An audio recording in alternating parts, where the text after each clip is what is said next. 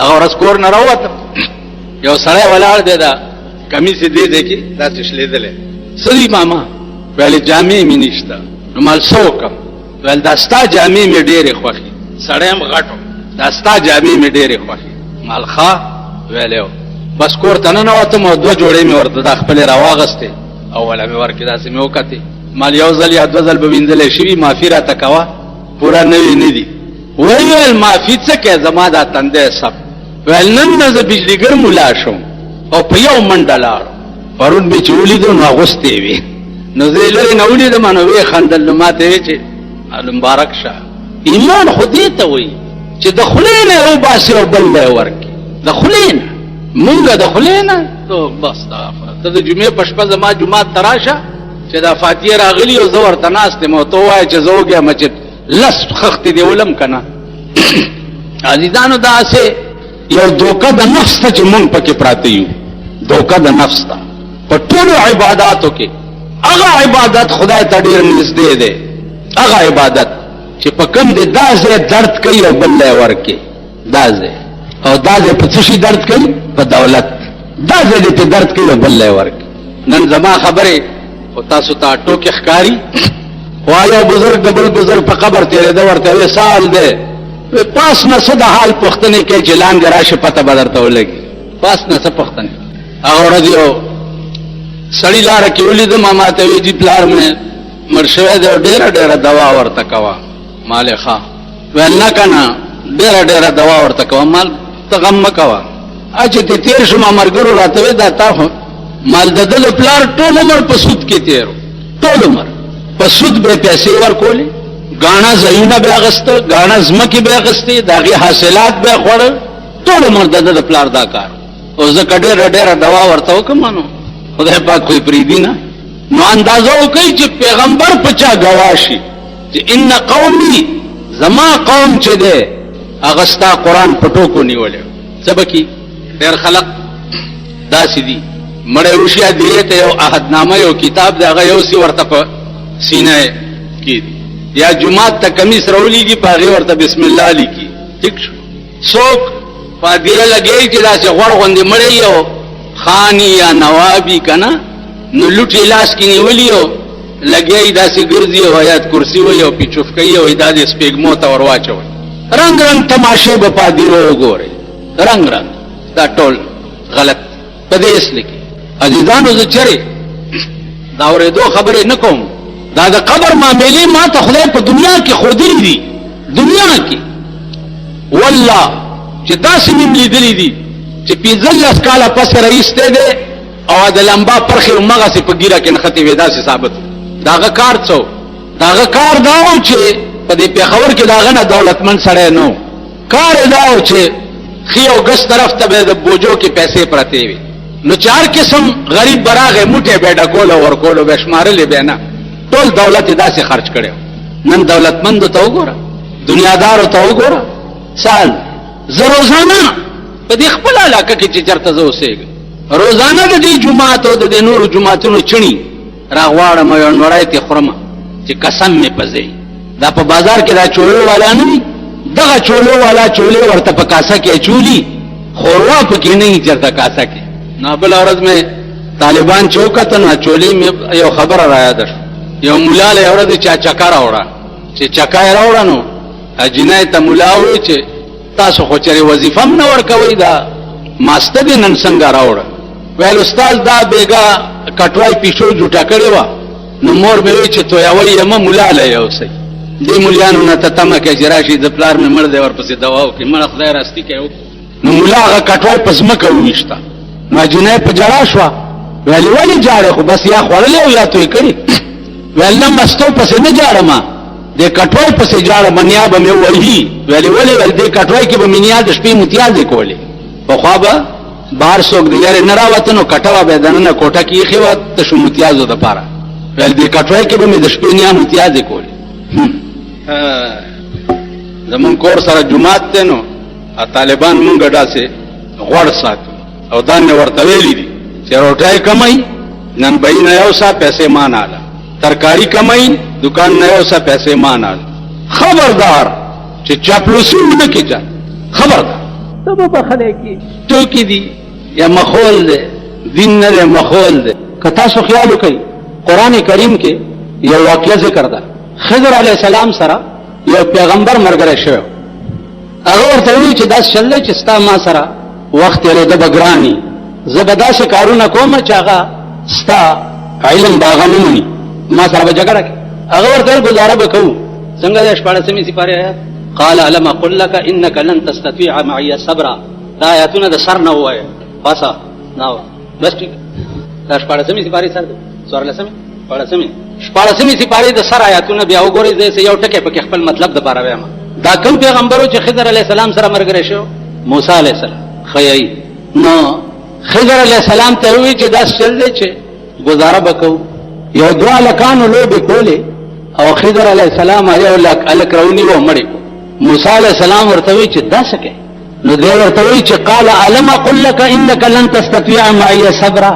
ما ته ویل موسی علیه السلام ورته فرمایل چې انی نسیتو ایر شما خیر ده بیا وغږ نکو. بیا یو بل واقعیا وکړه بل وکړه اخر کې ورته وی خضر علیه السلام ته چې ما اوس په کا په درې وړ واقعو باندې اوس په یوم په یوم ادو بیا ګورو. خضر علیه السلام ورته وی چې دا الک ما زکه مړکو چې د دې الک مور او پلار ډېر خو مسلمانانو او دا کلو شین د دې وجبه د مور او پلارم کافر شي. نو الله ما ته وی چې دا مخکې نه مړکه چې د مور او پلار اسلام بچ پاتې شي.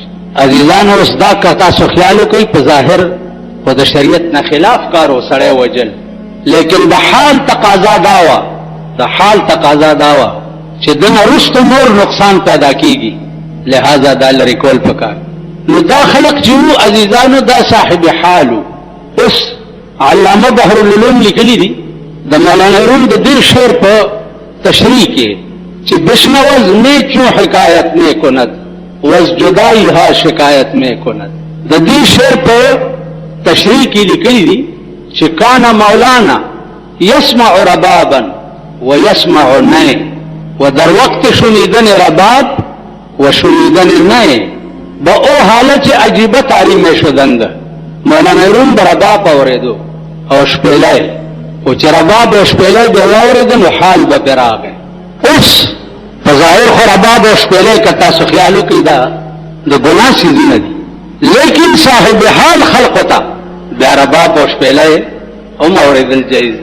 دا پیر بابا چو اوس پیر بابا له خلق څه لپاره دي چې خزه نه خزه نه زیارت تلار شي پیر بابا خزه ور کوي. دا دومره لوی سره تر شوی دی د تبعم رباب غږېدو نو د دې لستونی ډېر لوی لوی نو رباب د چې غږېدو نو د ورته لستونه داسې او داسې کول. یو مولا ور سره ناستو هغه لستونه ورونو چې داسې کې او چې د لستونه داسې کونو مولا چې کته بیا په کوی قاف کې زمانہ تیر شو سم مسله په خشوا مسله په خشونو پیر بابا وی چې مولانا سے تاواز کی چې دا مسله حل کی. نو چا ورته وی چې صاحب هغه خدا سي چلو ستاله ستونه ونی و سړی غیب شوی دی په خدا کنه تاسو هغه سړی تاواز کوي چې سړی راغی رباط له تلنګ ورکو فقیر بابا بیا حال راغی چې حال پر راغی نو چې لستونه داسې او داسې کو لستونه بیا د کوی قاف غر سره داسې د مولا مخه ته پریوت هغه چوکټ چې دا خو زما د پیر لستونه ورنیو خو چې داسې کړو بیا دلته دا کرامتو په دې کې به دا اوسنی مونږ باندې خسکیان چې پیدا دي کنه دا خبره چې ووري نو تاسو رباب او کوئی کاف نه دلته او پلانې نو تاسو ورته باس مکوئ ورته کټک پت کې راځي بجلیګر مولا ته دی مال را مخامخ کوي. کرامت وی خرق العادت تا خلاف عادت جو ولی پکار الله کم شی صادر شي دته کرامت وی.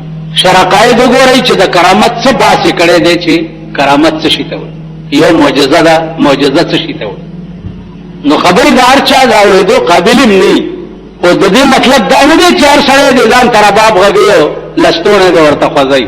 مون خلق چې رباب او شپېله اورو مون کې شیطان نه نوزي. دا اولیاء الله صاحب حال خلق د پاره دي تا ما د پاره نه دي. بیا دا د صاحب دل خلق د پاره دي. ځکه شیخ سادی سے وایي چگر تو سنگ خار مرمر شوی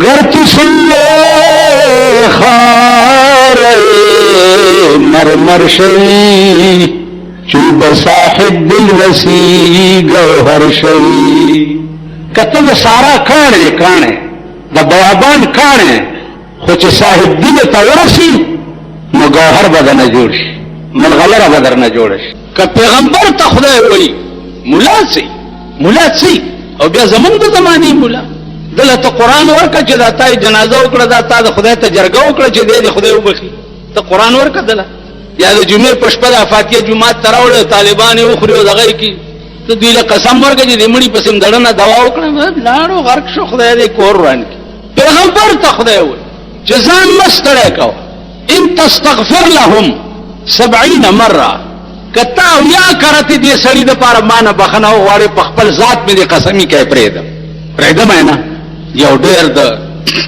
خطرناک آیات د پیغمبر قوم ته چې شپه ورځ په پیغمبر سترګې لګې دي او د پیغمبر په مجلس کې بناست او جبريل راغی او وی چې فمن يكفر بعد منكم فإني أعذبه عذابا لا اعذبه احدا من العالمین کدینا پسم رانه وکو دس عذاب بدر کم چې په خپل خدای کې مثال نه ورکړي دینا خطرناک آیات په قران کې بل نشتا دس عذاب بدر کم چې په خپل خدای کې مثال نه ورکړي عزیزان هر وخت د خدای نه یریږي نن ټول ملک وګوره د خدای د قهر په لپیټ کې دی پندای وګوره بارانونو بیړه تبا کړه پنجاب وګوره آئنده به سبزی او غلی او میوه ټوله تباہ شو هزاره وګوره دویم ځل دی چې په تندر راغورځيږي 50 پکې پرونه مړ دي باران لا سکه ور سره داسې قهر راغورځي چې ثابت غر او چت کې په قوم ورول غر د دې غرونو متعلق خدای ته خدای ویلي دي کنه القارعه ما القارعه وما ادراك ما القارعه يوم يكون الناس كالفراش المبثوث دا بني آدم به د ملخانو غوندوالوزي وتكون الجبال كالعهن المنفوش او دا غرونه به وګوري چې د ډنډ څلې وړای په شانې په پاسمان کې د پاغوندو غوندوالوزي هغه نظارې درته قدرت په دنیا کې هم خي او تاسو پوهیږئ نه هغه نظارې درته قدرت خي د غر یو غونډس کې پشان کانه روچت کی او خلکو روغور اوس پاسمان کې غر کم ځای دی د ولادت د پړه پوک نظر ته تندر جوړ شو در باندې روغور دی او تبادي خدای ته رجوع شي خدای ته په خدای قسم چې عمر لا بجاړي عمر لا ادم نوح علیہ السلام قوم بدر نه جوړي چې د کشتۍ جوړول او قوم ور پورې خندل نو خدای ته وایي چې الله دې هما پورې خان دي ول ورته وایا چې فليضحكوا قليلا ولا يبكوا كثيرا له دې خان دی دا ډېر جاړي دا چې بجاړي چې عمر لبم جراس وکړ کاول نشي بخلی کیږي به حضرت علی او بی بی فاطمه چې روزه نیولې او جماعت ورته مخه تپروت ته بار چا आवाज وکړي چې دوه کسې یو دواړه وګي ډېر سخت ټول جماعت اوچت کو بار یو هغه ته ور درې ورځې روزه نیولې او درې ورځې ور سره دا چلو شو درې شپه درې ورځې خزه او خاوند دواړه نهر دي قران راغی یوفون بالنذر ويخافون يوما كان شره مستطيرا